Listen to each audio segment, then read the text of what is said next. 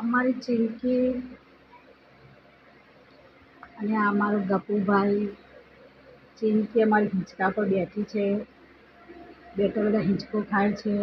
બંને ભાઈઓ એના હિંચકા પર લઈને બેઠા છે. કેવા મસ્ત હિંચકો ખાય છે. જો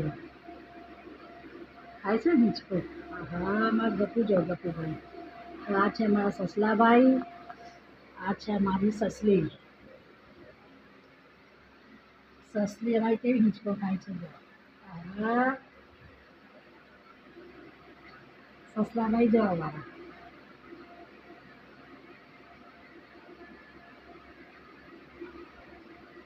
અને પછી આ બે જણા મામા ફઈના છોકરા છે.